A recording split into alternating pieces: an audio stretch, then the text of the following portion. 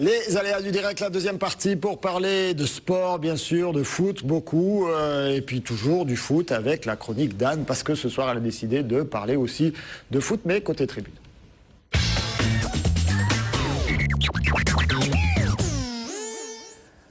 Anne, vous allez nous expliquer ce que c'est qu'un tifo. Un tifo, un tifosi, parler un petit peu de ce club des supporters emblématiques de la Paillade, ce but Paillade 1991. Alors hier, on l'a dit, hein, il y avait une ambiance exceptionnelle au stade de la Mosson et on a pu assister au déploiement du plus beau tifo, je pense, de l'histoire du club de la Paillade. Alors là, on voit, il est en train de se monter sur les images qui défilent. Et on a pu y lire quand il était complètement monté. On va avoir une photo qui va arriver. 101% diabolique, BP 91. Donc ça, c'est pour but Paillade 1991. Voilà, on le voit ici, complètement déployé. Mentalité sudiste avec le diablotin au milieu, qui est le symbole de ce groupe de supporters. Il faut savoir que ce sont les 20 ans cette année de ce club qui a donc été créé en 1991, l'année qui a suivi la Coupe de France remportée par le MHSC, donc en 1990, c'était leur première et unique Coupe de France, il me semble, je parle sous contrôle du journaliste sportif. Et donc, ils peuvent pas rêver mieux, plus bel anniversaire, ce groupe de supporters que ce peut-être titre de champion du MHSC. Alors le tifo, donc ce qu'on a vu hier à la Mosson, qu'est-ce que c'est ? Eh bien, il faut savoir que ça vient du foot, on l'a vu, mais également de la Formule 1. C'est plutôt d'Italie au départ. Le mot est italien d'ailleurs, il veut dire soutenir. C'est un dérivé du mot fanatisme. Souvent, les supporters sont des fanatiques, mais dans le bon sens du terme, on l'espère le plus souvent. Le tifosi, c'est donc le supporter. Les tifos sont généralement faits à base donc de feuilles, de papier coloré, mais aussi de cartons, de drapeaux, toutes sortes de choses en fait qui vont être portées et agitées par des milliers de supporters pour former tous ensemble ces dessins qu'on voit. Donc ça vient d'Italie. Alors là, on en a un qui est à l'OM. Je mets à l'OM, oui. Voilà, donc ça c'est dans un des virages. Il y a des ingénieurs informaticiens, non, pour concevoir mais c'est ça, en fait, c'est ça qui est assez exceptionnel, c'est qu'il faut une organisation et une coordination au moment où ça se passe. Et puis ils font appel à des artistes parce que c'est Maillot, l'artiste qui a fait le tifo d'hier soir. D'accord. Maillot. C'est un artiste montpelliérain, voilà. D'accord. On le voit, donc c'est pas toujours que pour des équipes des villes. Parfois c'est les équipes nationales aussi. C'est souvent déployé au moment où les joueurs rentrent sur le terrain pour qu'ils voient ça. J'imagine que ça leur met du baume au cœur. Vous qui avez été joueur au MHSC, je sais pas si vous avez vu d'aussi beaux tifos, mais c'est vrai que c'est quelque chose qui doit vraiment porter au moment où on rentre dans le stade de voir ce déploiement. Oui, c'est sûr. Oui, celui d'hier soir était magnifique et c'est vrai que ça a un impact obligatoire sur le joueur quand il rentre sur le terrain. Oui. Alors la plupart du temps, ce sont donc les groupes d'ultras qui composent ces tifos. Alors les ultras, parlons-en justement, cette but Paillade 91 qui a été créée il y a 20 ans, on le disait, qui fête son anniversaire. Il faut savoir qu'avant 1974, les matchs ne se jouaient pas à la Mosson, ils se jouaient au club Richter. Le MHSC n'était pas encore le MHSC. Alors quand le club devient le Montpellier Paillade Sport Club... C'était un terrain souvent inondé d'ailleurs. Voilà, qui est une fusion du Montpellier Littoral et de l'AS Paillade. Ce club-là s'installe donc au bord de la Mosson, dans ce nouveau quartier qui a été construit une dizaine d'années auparavant, la Paillade, qui deviendra plus tard la Mosson, donc du nom du stade et du fleuve qui coule à côté.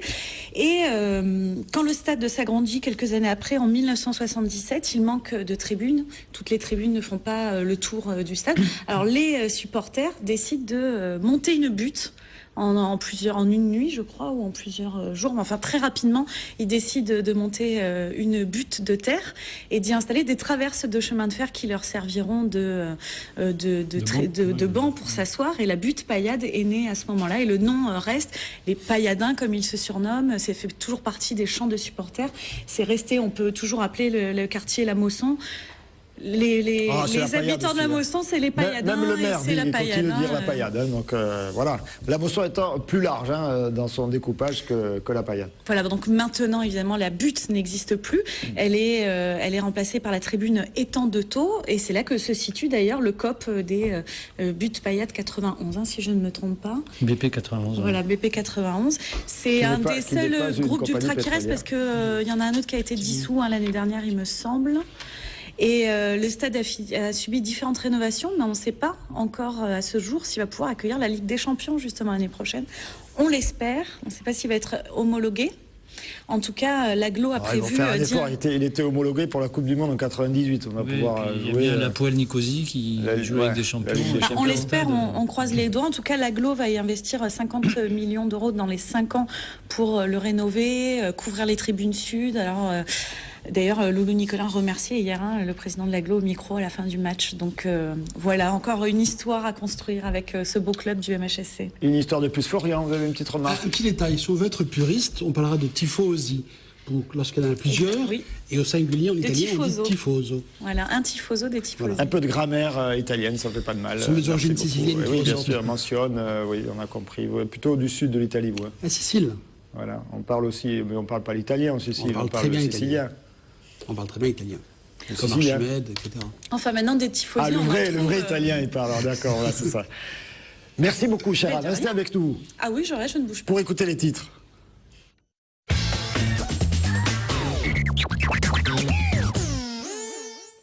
Marlène, foot. Oui, foot dans le journal également ce soir avec près de 10 000 personnes, plusieurs milliers de personnes en tout cas. Place de la Comédie, c'était hier soir. Il faut arrêter l'image et les compter un par un. Oui, voilà. Vous faites ça d'ici 19h30. Oui, il me reste une petite demi-heure, donc ça va aller. Vous comptez les bras et vous divisez par 2. Là pour assister au choc MHSC Lille sur l'écran géant. Beaucoup de ferveur donc pour cet avant-dernier match de la saison et la liesse quand Karim Aitfana marque le but de la victoire dans les arrêts de jeu. Alors dimanche prochain, même dispositif, Auxerre MHSC sera diffusé en direct sur la place de la Comédie et un second écran géant va être installé, ça vient d'être confirmé par la mairie, près du bassin Jacquin. Ce sera l'écran géant du FIS qui se tient en même temps, qui rediffusera le match. Voilà, pour l'occasion. Ah oui, c'est malin. Oui. Faut en profiter des installations. Voilà. Et puis on va parler riziculture, rien à voir. Et oui, rien à voir, mais c'est sympa. Et la saison qui démarre pour les riziculteurs. Le temps se réchauffe enfin et crée les conditions favorables pour les semis. En Camargue, ils sont environ 250 à cultiver 20 000 hectares chaque année. Et parmi eux, Bernard Poujol qui produit du riz bio. Et pour désherber ses rizières, il a remplacé les produits chimiques par 1700 canards. Et donc là, on voit les canetons. Et ils iront dans les rizières au mois de juin. Quelque chose avec les canards ou... Oui, alors voilà, justement, c'est donc des canards qui sont nourris dans les rizières.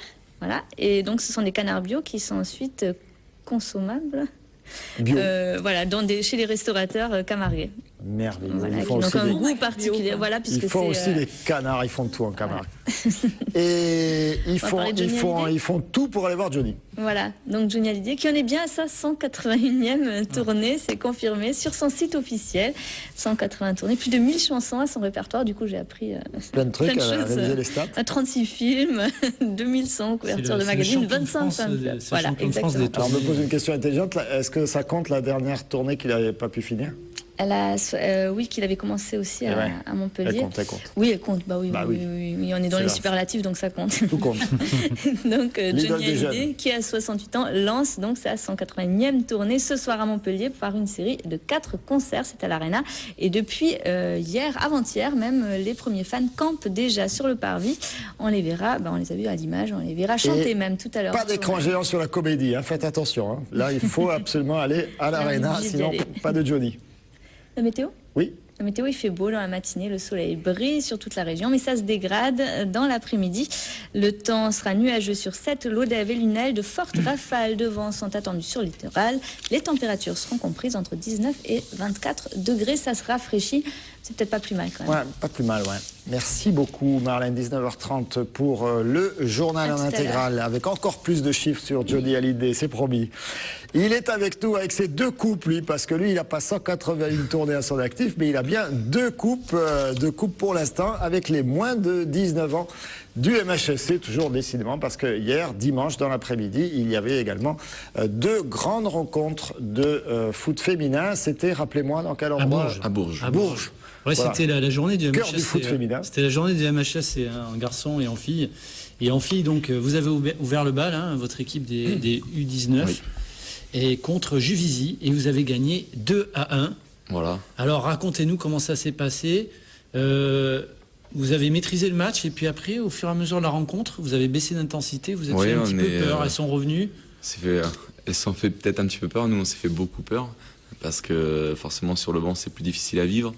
Mais oui, elles ont maîtrisé la première mi-temps avec beaucoup d'occasions, mais malheureusement on n'a pu concrétiser qu'une seule fois. Donc on savait que ça allait être compliqué. On a essayé de remettre un petit peu les choses en place à la mi-temps, et ça a marché puisqu'on a mis le 2e but très rapidement. Alors c'est Sandy Toletti qui a mis les 2 buts. Une jeune joueuse formée au club qui est aussi au pôle national à Clairefontaine, qui a marqué un doublé en finale, donc c'est une belle récompense pour elle. Elle est aussi capitaine de l'équipe de France des moins de 17 ans. Ah oui, d'accord. Donc c'est une jeune joueuse qui est très, très jeune et très prometteuse. Très prometteuse. Et donc elles sont revenues à 2-1 ? Voilà, sur une petite erreur d'inattention qui a suivi quasiment l'engagement du 2e but. On a concédé un coup franc et puis voilà, petite erreur d'inattention, un petit coup de flipper dans la surface. Et à 2-1, le match est devenu complètement différent. Et donc finalement, vous avez réussi quand même. On a réussi à tenir tant bien que mal, voilà.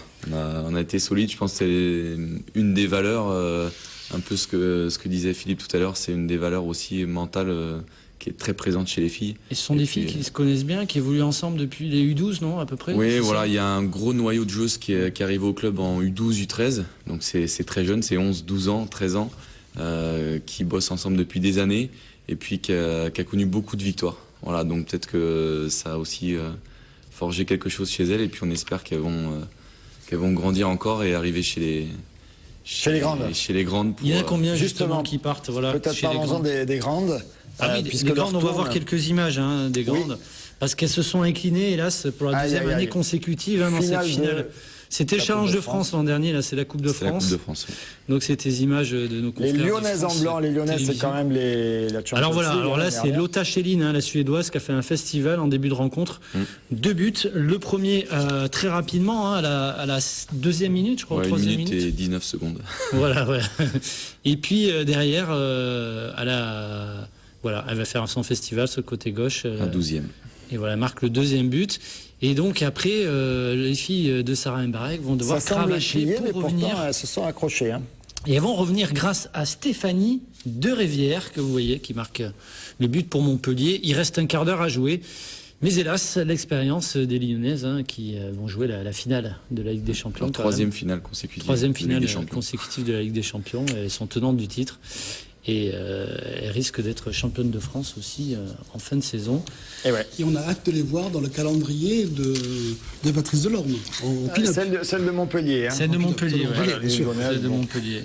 On s'en moque un peu. Voilà. Oui, parce qu'on aura droit à un calendrier. Vous nous faites le coup des calendriers à chaque fois, donc cher Anne. J'en parlerai aussi pour être belle joueuse. On a le temps de dire un mot encore oui. Sur l'équipe que vous entraînez. Il y a combien de filles qui vont monter donc en première en équipe? Alors on a à peu près 5 joueuses qui vont intégrer l'équipe première. Il y en a 3 qui font des apparitions. Oui, il y a Claire Lavogé et puis Viviane Asseyi qu'on a vu sur les images. Asseyi, voilà, puis la gardienne remplaçante également qui était déjà sur le terrain hier. D'accord. Voilà, donc on essaye de s'inscrire dans le projet du club, donc voilà, on va dans ce sens-là. D'accord. Olivier, on est MHSC à fond, mais on va être aussi un petit peu Nîmes Olympique tout de même. Oui, parce que le championnat continue. On y reviendra longuement dans Croco Hebdo à 20h45, mais on va en dire un mot. Et c'est tout bon pour le Nîmes Olympique qui a gagné à Créteil 2-0. On va voir le résumé de la rencontre préparé par Christophe Ché. Depuis sa défaite à Ajaccio en novembre dernier, le Nîmes Olympique n'a plus perdu à l'extérieur. 6 mois d'une invincibilité sur les pelouses adverses qui s'est à nouveau vérifiée vendredi soir au stade Dominique Duchauvel entre de l'US Créteil-Lusitanos, un club qui avait mis en difficulté les Crocos au match aller. À l'image du 3-partout concédé en décembre dernier aux Costières, les locaux allaient imprimer une domination nette dès les premières minutes de jeu. Toutefois, les joueurs de Thierry Froger n'allaient pas rester muets face aux velléités offensives des footballeurs val-de-marnais. Ainsi, dès la 3e minute de jeu, Sédou Koné allait défier le gardien Ferrand pour une balle finalement sauvée in extremis par Dacruz. 2 minutes plus tard, c'est Cyril Merville, le portier nîmois, qui réalisait un arrêt réflexe sur un tir de Marquez. Le ton était donné, mais c'est finalement les visiteurs qui allaient trouver la faille par l'intermédiaire du roi des passeurs crocos, Moritala Ogunbi, qui allait servir astucieusement Koné, le goléador nîmois décochant une demi-volée victorieuse dans les buts cristoliens. À la 56e minute de jeu, le coup franc adressé par Di Bartolomeo était repoussé par la barre transversale de Merville. Un peu contre le cours du jeu, le Nîmes Olympique allait aggraver la marque en inscrivant un second but à la suite d'un immense cafouillage dans la surface de réparation cristolienne.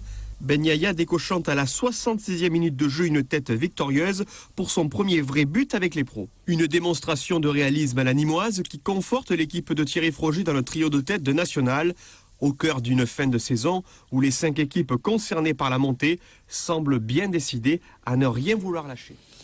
Et c'est très serré. On va regarder les résultats de cette antépénultième journée avec la victoire de Nîmes à Créteil. Ouais. Et puis ce qui est intéressant en dessous, c'est le Gazélec qui a gagné Ajaccio 1-0 qui va rester en tête, on va le voir. Vannes également qui fait partie des équipes qui peuvent encore prétendre à la montée. Victoire face à Rouen. Épinal l'a emporté à Beauvais. Et puis un petit peu plus loin, Niort est allé. Aussi, ouais. Les gros ont gagné à l'extérieur. Ouais, tout le monde, les 5 premières équipes l'ont emporté. Regardez ce que ça donne au classement. Toujours extrêmement serré. Le Gazélec, Nîmes deuxième, attention, c'est la différence particulière qui va compter pour la montée en cas d'égalité. C'est pour ça qu'il faudra faire attention à Vannes. Vannes, ce sera la dernière journée pour le Nîmes Olympique. La prochaine journée, ce sera bien aux Costières, ce sera face au Poiré-sur-Vie, une équipe qui n'a plus rien à jouer, 11e, 46 points, ils ne risquent rien, les Vendéens. Donc il faudra impérativement battre le Poiré-sur-Vie aux Costières. Ce sera vendredi à 20h. Tout à l'heure, Croco Hebdo avec Cyril Merville et Mohamed Ben Yaya, buteur, on l'a vu il y a un instant. Troisième match et premier but. Ouais. Troisième match, premier but. Bon, il faut dire que la fois d'avant, il avait mis un but contre son camp. Bon, ben voilà, comme ça, il a rétabli l'équilibre. C'est tant mieux, on est tous derrière Mohamed Ben Yaya. Cher Olivier, on oublie quelque chose? Non, mais 3 points, et en tout cas ça sent bon pour Nîmes Olympique. Hein. Une victoire et c'est presque fait, quoi. Ah, une victoire et peut-être un petit peu plus. Hein. Je crois qu'on va trembler jusqu'au bout. Allez, on marque une pause et on se retrouve à parler hand et rugby et puis également sagesse. On aime la sagesse.